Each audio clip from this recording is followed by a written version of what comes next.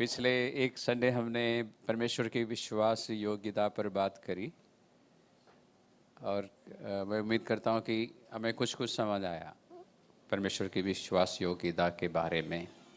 उसके बाद हमने विश्वास के बारे में बात करी थी। विश्वास क्या है हमने नए सिरे से समझा और मैं समझता हूँ कि आपको फ़ायदा हुआ है। परमेश्वर पर भरोसा करना। अक्सर हम परमेश्वर के बारे में बात करते हुए ये ज़रूर कहते हैं ना कि वो अपने वायदे के पक्के हैं। कि विश्वास योग्यता का मतलब यही है ना कि जो कुछ परमेश्वर ने हमसे कहा है वो पूरा करेगा। ओके, तो हमारे लिए अच्छा होगा ना कि हमें मालूम हो परमेश्वर ने हमसे क्या क्या कहा है, जिसको हम कहते हैं परमेश्वर के वायदे या इंग्लिश में प्रॉमिसेस ऑफ गॉड। पता होना चाहिए ना हमें, नहीं? और बाइबल में ये मैंने गिनती नहीं करी है अभी तक, लेकिन समझदार लोगों ने गिनती की है तो अलग अलग स्कॉलर्स अलग अलग संख्या बताते हैं, लेकिन हम इतना कह सकते हैं कि 8,000 से भी ज़्यादा प्रॉमिसेस है बाइबल में। कितने? 8,000 से ज़्यादा है। हमें कितना पता होना चाहिए? कम से कम 8 तो पता होना चाहिए ना। राइट साइड वाले आप लोग बताइए, परमेश्वर का एक प्रतिज्ञा मुझे बताइए। परमेश्वर ने कहा है कि मैं तुम्हें कभी नहीं छोड़ूंगा और कभी नहीं त्यागूंगा। ओके, एक हो गया। इधर से कोई बताइए।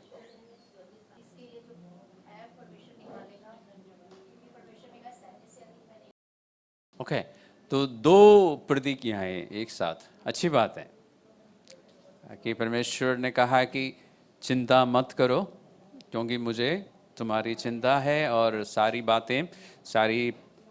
बातें मेरे सामने लेके आओ प्रार्थना और धन्यवाद के साथ, ठीक है। और परमेश्वर ने उसके साथ एक और भी बात कही है, क्योंकि सहन से बाहर परमेश्वर आपको किसी भी परीक्षा में से निकलने नहीं देगा। बहुत बहुत तसल्ली मिलती है ना उस बात से। तो अगर जिंदगी में कुछ भी ठीक नहीं है अभी, तो एक बात मुझे मालूम है, अगर वो परीक्षा है तो अगर वो मेरी गलती की वजह से है तब भी परमेश्वर मुझे सहन से बाहर जाने नहीं देगा। अगर वो परीक्षा है मेरे जीवन की तो भी मेरे सहन के बाहर परीक्षा होने नहीं देगा। साधारण भाषा में क्या बोलेंगे हम? परमेश्वर उतना ही देगा जितना आप हैंडल कर सकते हैं, जितना आप संभाल सकते हैं। ओके, इसका मतलब मैं संभाल सकता हूँ, मुझे क्षमता मिलेगी, मुझे अनुग्रह मिलेगा। यही हुआ ना। वायदा मालूम होना चाहिए, मैंने शुरू में कहा, लेकिन वो काफ़ी नहीं है ना, उसको काम में भी लाना चाहिए ना। वायदा मालूम होना चाहिए, उसके बिना तो कुछ भी नहीं कर सकेंगे, लेकिन वायदा जानने के बाद अगला कदम क्या है? उस वायदे को पूरी होते हुए भी देखना है ना अपने जीवन में। उस प्रतिज्ञा को पूरी होते हुए देखना है। उसके लिए क्या रखना होगा, हमें क्या करना होगा? विश्वास बहुत गंभीर शब्द है ना। हमें आशा रखनी चाहिए ना, उम्मीद होनी चाहिए ना।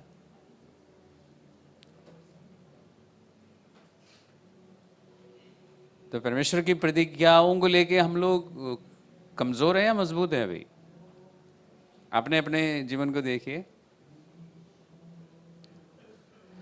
परमेश्वर ने एक बहुत बड़ी बात कही है कि पहाड़ टल सकता है, लैंडस्लाइड्स हो सकते हैं, होते भी है ना, लेकिन मेरा वचन कभी नहीं टलेगा। ओके, इसका मतलब परमेश्वर की कोई भी प्रतिज्ञा नहीं टलेगी। ओके, ये कहाँ लिखा है? यशायाह की पुस्तक में। है ना, यशायाह के पुस्तक में। और यशायाह की पुस्तक में बहुत सारी प्रतिज्ञाएं हैं परमेश्वर की ओर से। मैं आपसे रिक्वेस्ट करूंगा, अभी मुझसे किसी ने रिक्वेस्ट किया था कि प्रॉमिसेस की लिस्ट है तो भेजना। हम लोग फास्ट फूड के ज़माने में रहते हैं, इसलिए हमें सब कुछ रेडीमेड चाहिए।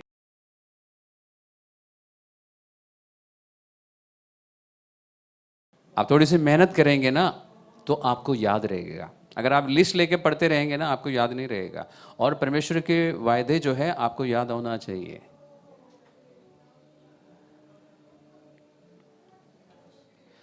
यशायाह की पुस्तक में एक प्रतिज्ञा मैं आपको दिखाता हूँ, 40वां अध्याय में। उसमें बहुत सारे हैं,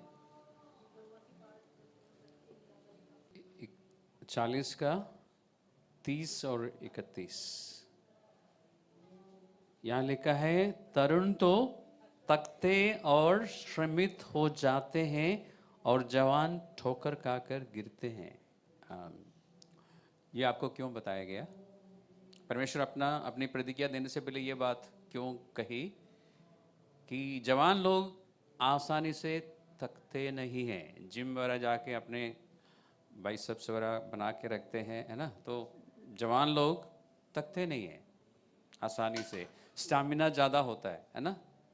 फिर जवान लोग खाने का भी ध्यान रखते हैं, जंक फूड नहीं खाते आजकल, बहुत कॉन्शियस हो गए बच्चे, तो घर का खाना खाते हैं, हेल्दी फूड खाते हैं, और जिम में जाते हैं, वॉकिंग में जाते हैं, शरीर से ऐसा बोलते हैं ना कि हष्ट पुष्ट रहते हैं, तो वो नहीं थकते इतने आसानी से। लेकिन परमेश्वर कहते हैं कि वो भी थक जाते हैं कई बार, और ठोकर खा के गिर भी सकते हैं, परंतु जो यहोवा का बाट जोते हैं वे नया बल प्राप्त करते जाएंगे। क्या मतलब है?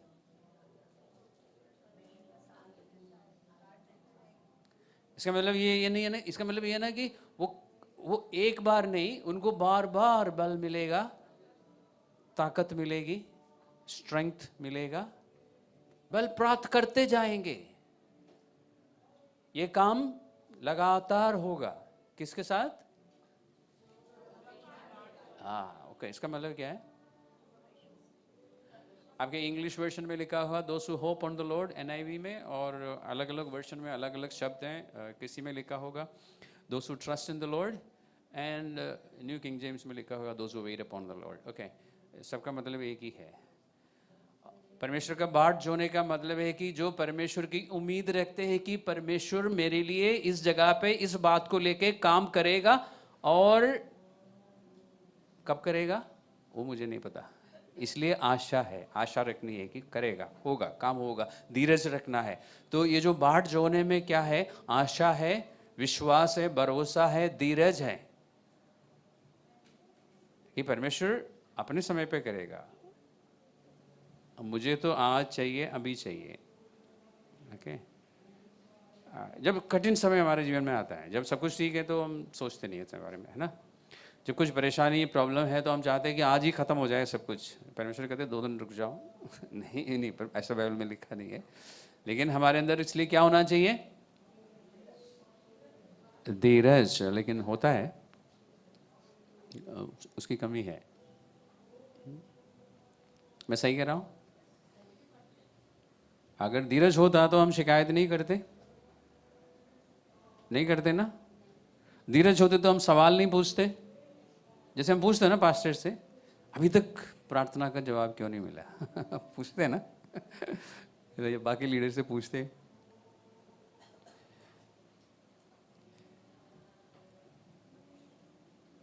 इस वायदे को याद रखिए परमेश्वर का। तो इसमें कुछ शर्त लगी हुई है, कंडीशन अप्लाई। क्या है? जो परमेश्वर के बाट जोते हैं, जो परमेश्वर पर आशा रखते हैं, वो विश्वास भी रखेगा और धीरज रखेगा और इंतजार करेगा। ये सब है ना। वो इंतजार करेगा कि परमेश्वर मेरी ओर से काम करेगा, हम आजकल ये कहते हैं ना कि परमेश्वर मेरा है और मेरे लिए है। पवित्र शास्त्र के आधार पर हम ये कह सकते हैं, हर एक विश्वासी, सिर्फ विश्वासियों के लिए है, विश्वासी ये कह सकता है कि परमेश्वर मेरा है और मेरे लिए है।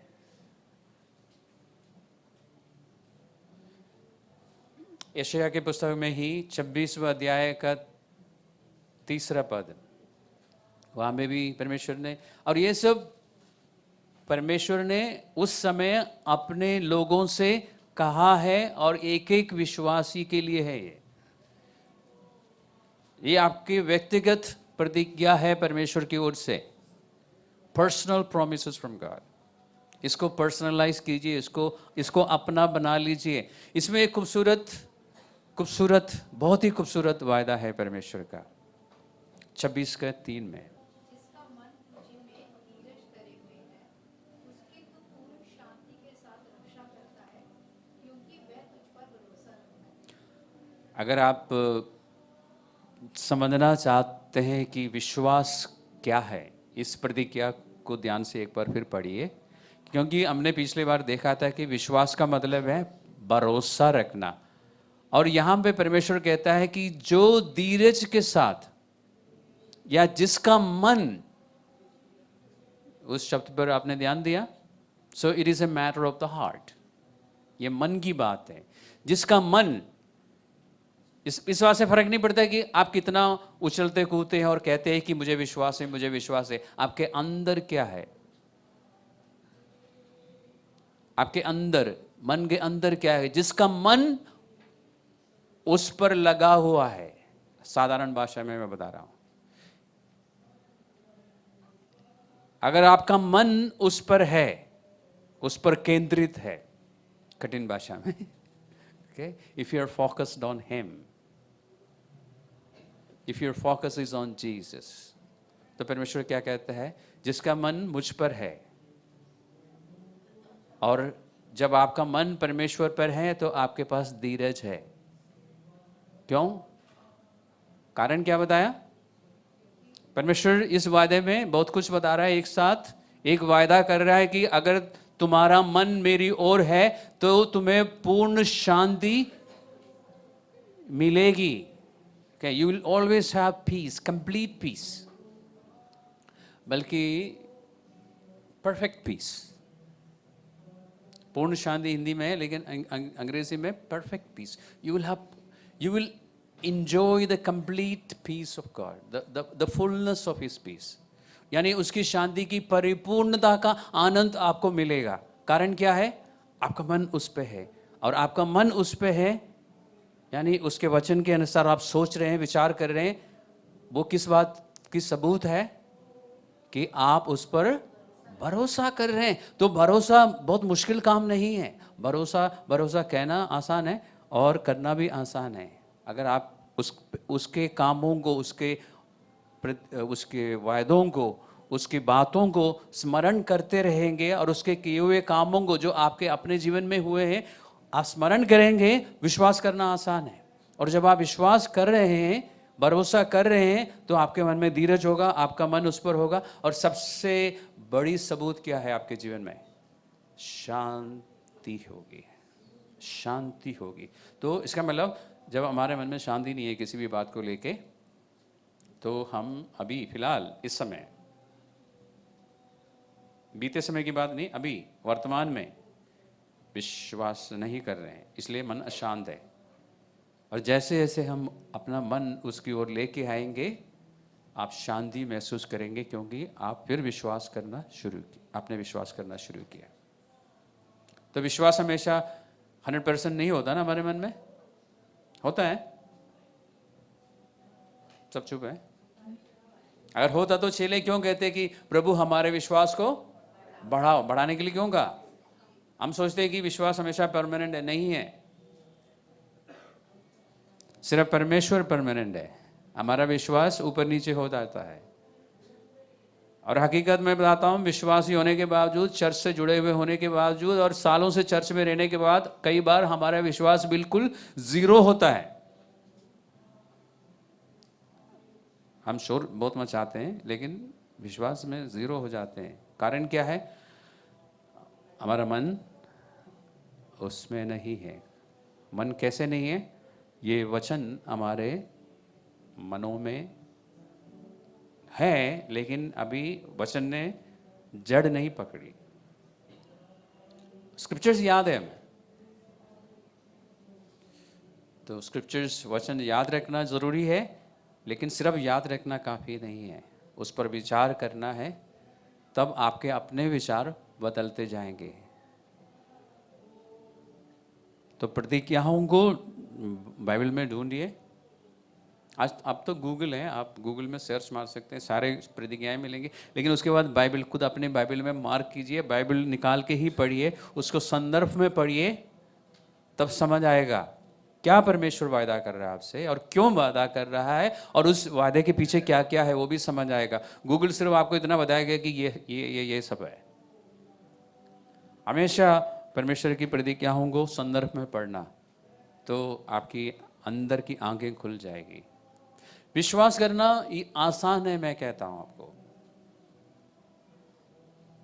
परमेश्वर के या परमेश्वर पर विश्वास करना जो है, इज इट बियॉन्ड रीजन, या हिंदी में क्या कैसे बोलेंगे, तर्क के परे है विश्वास करना?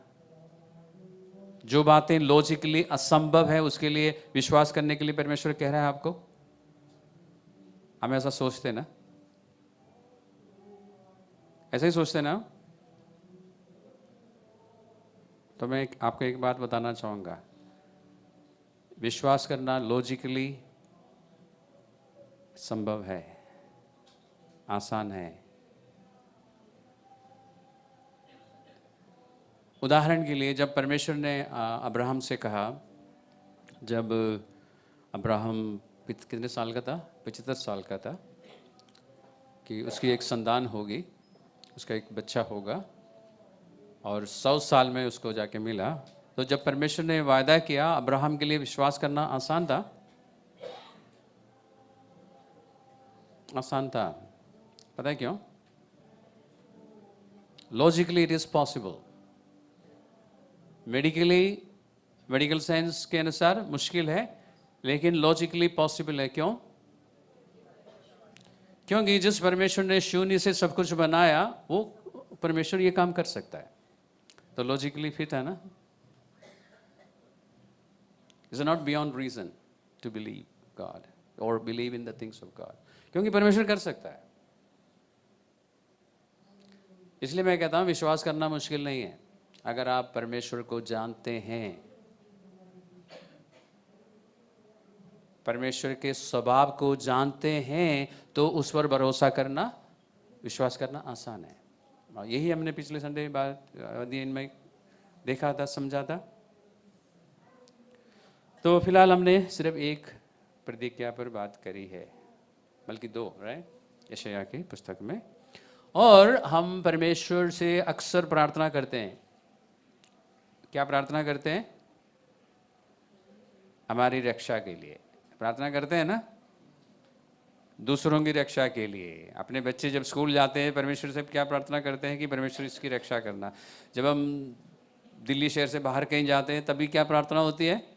परमेश्वर या खुद के लिए तो सुरक्षित रखना मुझे, या दूसरों के लिए तो सुरक्षित रखना, ये सब हम प्रार्थना करते हैं। लेकिन परमेश्वर क्या कहता है? ओके, परमेश्वर जो हमारा रक्षक है, न कभी नहीं सोता, कभी नहीं ऊँगता। लेकिन परमेश्वर ने इसी प्रतिज्ञा में भी रक्षा के बारे में कुछ कहा है जो हमने अभी ध्यान नहीं दिया। पूर्ण शांति के साथ क्या करेगा? रक्षा करेगा। ओके, तो आपको परमेश्वर की ओर से रक्षा हमेशा चाहिए, तो आपको क्या करना होगा? नहीं, पूर्ण शांति में रहना होगा। उसके लिए क्या करना होगा? थोड़ा सा पीछे जाइए। धीरज के साथ क्या करना होगा? अपना मन उस पर लाना होगा। तो काम आसान है ना। हम शॉर्टकट मारते हैं, परमेश्वर मेरी रक्षा कर लेना। ओके, जबकि परमेश्वर ये कहता है, भजन 125 में है ना, ये जो परमेश्वर पर भरोसा करते हैं वो कहाँ, सियोन पर सिय्योन पर्वत के समान है जो कभी हिलता नहीं, कभी टलता नहीं। सिय्योन पर्वत काफ़ी मजबूत है, हिमालय पर्वत के समान। हमारे देश में सिय्योन से भी बड़ा है ना हमारा, तो ठीक है, हम कहते हैं हिमालय पर्वत के समान। ऐसा लिखा है क्या, या मैं कह रहा हूँ? लिखा है, क्या लिखा है? जो यहोवा पर भरोसा रखते हैं वे सिय्योन पर्वत के समान है, जो टलता नहीं वह सदा बना रहता है। सदा बना रहता है। उसके बाद क्या लिखा है? जिस प्रकार यरूशलेम के चारों ओर पहाड़ हैं, उसी प्रकार यहोवा अपनी प्रजा के चारों ओर अब से लेकर सर्वदा तक बना रहेगा। परमेश्वर की प्रजा के चारों ओर हमेशा है। आप उसकी प्रजा में से है? पक्का? तो आपके और मेरी वो चारों ओर परमेश्वर हमेशा है। ओके, तो रक्षा है ना मेरी, तो मुझे परेशान होने की ज़रूरत है? तो हम, मुझे क्या कहना चाहिए? मुझे थैंक यू कहना चाहिए कि परमेश्वर तू मेरी रक्षा करता है, थैंक यू। मुझे अलग से परमेश्वर को रिमाइंडर देने की जरूरत नहीं। परमेश्वर मैं जा रहा हूँ कहाँ, दिल्ली से बेंगलुरु जा रहा हूँ, मेरी रक्षा करना। मुझे मांगने की ज़रूरत है स्पेसिफिकली? मांगिए, परमेश्वर बुरा नहीं मानता, लेकिन आपको पता होना चाहिए कि आप, क्योंकि आप परमेश्वर पर भरोसा रखते हैं, वो आपकी आप, उसने आपको चारों तरफ से घेर रखा है। तो इसलिए आप क्या कहेंगे? Thank you. और ये सब बातें हम क्यों कर रहे हैं? ये सब बातें हम इसलिए कर रहे हैं कि यदि हम कमज़ोर हैं, उसके लिए हम खुद जिम्मेदार हैं। नहीं, हम नहीं। अगर हम में सारे आ जाते, हम सारे उठा के दूसरे पर डाल लेते है ना। तो अगर मैं कमज़ोर हूं, एक मसीही होने के कारण, एक विश्वासी होने के कारण, मैं अगर कमज़ोर हूं तो मैं खुद जिम्मेदार हूं, क्योंकि मुझे नहीं पता कि परमेश्वर ने मुझसे क्या वादा किया है। अब देखिए, अगर आप गूगल में जाएंगे ना, आपको 8,000, सारे 8,000 से भी ऊपर प्रोमिसेस मिलेंगी, लेकिन इन उन प्रोमिसेस के साथ ये सब बातें नहीं मिलेंगी जो मैंने आपको बताई है। तो आपको क्या करना चाहिए? बाइबल में ढूंढना चाहिए और संदर्भ में पढ़ना चाहिए, और फिर जब आप थोड़ा सा पढ़ने की कोशिश करेंगे ना, तो आपके पास एक सबसे बढ़िया टीचर है, पवित्र आत्मा। वो क्या करेगा? आपकी आंखों की पलकों को ऐसे पकड़ के खोलेगा। इन आंखों को नहीं, अंदर जो आंखें हैं आपकी आंखों को खोलेगा, फिर आपको दिखाई देगा जो आपने पहले कभी नहीं देखा हो। मैं जानता हूं हमें से कुछ लोगों को एक्सपीरियंस है इसका, सबको नहीं है। ये एक्सपीरियंस आपके पास होना चाहिए कि आपने बाइबल खोल के पढ़ना शुरू किया और आपको कुछ कुछ दिखना शुरू हो गया, कुछ कुछ समझ आ रहा है आपको जो पहले नहीं समझ आ रहा था। ये अनुभव हर विश्वासी को मिलना चाहिए। क्यों? क्योंकि वो वायदा मैं नहीं करता। वो पवित्र आत्मा के बारे में यीशु मसीह ने कहा कि जब पवित्र आत्मा आएगा तुम्हें सारी बातें सिखाएगा। वो सिखाता है, वो याद दिलाता है। तो परमेश्वर की प्रतिज्ञाओं पर ध्यान देना शुरू कीजिए जब आप बाइबल पढ़ते हैं ना। तो क्योंकि मैं समझता हूँ कि आप डेली पढ़ते हैं, है ना, डेली बाइबल खोल के पढ़ते हैं, तो आपको प्रतिज्ञा कहीं ना कहीं दिखेगी। उसको क्या करेंगे आप? अंडरलाइन कीजिए। लेकिन आप अपने फ़ोन में अंडरलाइन कैसे करेंगे? उसको हाईलाइट करके, हाईलाइट परमानेंट रहता, मुझे नहीं पता। जो भी करना है आप उस, या तो उस प्रतिज्ञा को नेट पे जाके कॉपी करके अपने फ़ोन में या किसी में सेव कर लीजिए, और उस पर थोड़ा सा अध्ययन कीजिए, स्टडी कीजिए संदर्भ में। जब प्रतिज्ञा समझ आती है ना, आपको याद रहेगी वो प्रतिज्ञा, आपको रटने की ज़रूरत नहीं है। जिसका मन धीरज, ऐसे रटने की ज़रूरत नहीं है कि इसके बाद क्या शब्द है फिर खोल। अच्छा, ओके, आप समझ लीजिए, आपको याद रहेगा। और जब समय आता है, जब वक्त आता है, तो आपको पवित्र आत्मा याद भी दिला देगा। लेकिन अगर आप मेहनत नहीं करेंगे तो पवित्र आत्मा से उम्मीद मत करना है कि वो मुझे याद दिलाएगा। पवित्र आत्मा आलसी जनों को क्यों याद दिलाएगा? पवित्र आत्मा की जगह आप होते तो आप याद दिलाते? सोचिए, ईमानदारी से सोचिए, आप क्या बर्ताव करते कि जो आलसी व्यक्ति है उसके साथ आप क्या करते? फिर भी परमेश्वर अनुग्रहकारी है, दयालु है, इसलिए वो पवित्र आत्मा करेगा। तो प्रतिज्ञाओं को देखिए, और कोई प्रतिज्ञा आपको याद आ रही है?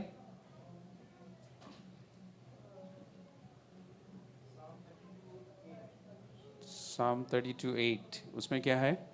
वही, ओके।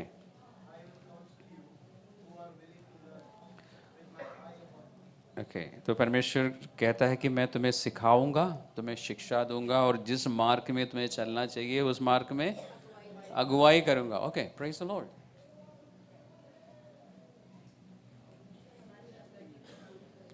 तो और हमारे व्यवहारिक जीवन में हम कितनी बार इन बातों के बारे में सोचते हैं? अभी चर्च में बैठ के बात करना आसान है, अच्छी बात है, हम चर्च में हैं और हम बात कर रहे हैं, लेकिन इसका उद्देश्य क्या है? यहाँ से निकलने के बाद इसको हम प्रैक्टिस करें। आज घर जाके कम से कम, एक से कम तो है नहीं ना, हाफ प्रॉमिस तो मिलेगा नहीं, तो कम से कम एक प्रतिज्ञा इन प्रतिज्ञाओं से हट के, क्योंकि अभी हमने 2-3 प्रतिज्ञाएं देखी, इनको नहीं, इनसे हट के कोई भी एक प्रतिज्ञा बाइबल में ढूंढिए और थोड़ा सा उस पर विचार कीजिए। और पवित्र आत्मा, देखिए पवित्र आत्मा आपका अपना है, ठीक है? आप पवित्र आत्मा के हैं। आपको मालूम है पवित्र आत्मा जो आपके पास है वो इस बात की सबूत है कि आप परमेश्वर के हैं, बाइबल में लिखा है। okay? आप पर परमेश्वर की मोहर है पवित्र आत्मा। मोहर समझ आता है ना? रबर स्टैम्प समझ आता है ना? तो पवित्र शास्त्र में लिखा है कि आप परमेश्वर के हैं। It is the stamp of ownership, कि आप परमेश्वर के हैं, इस बात की मोहर है आपके अंदर पवित्र आत्मा है। okay? तो पवित्र आत्मा क्या है? एक मोहर है, एक स्टैम्प है, एक सील है। वो पवित्र आत्मा जो है आपका अपना है। पवित्र आत्मा से पूछिए, मुझे ये प्रतिज्ञा समझाओ, आपको समझ आएगा। उस प्रतिज्ञा के अनुसार अपने विचारों को बदलना शुरू कीजिए। एक हफ्ता प्रैक्टिस कीजिए, आप बदल जाएंगे और आपके काफ़ी सारे प्रॉब्लम्स भी ठीक हो जाएंगे।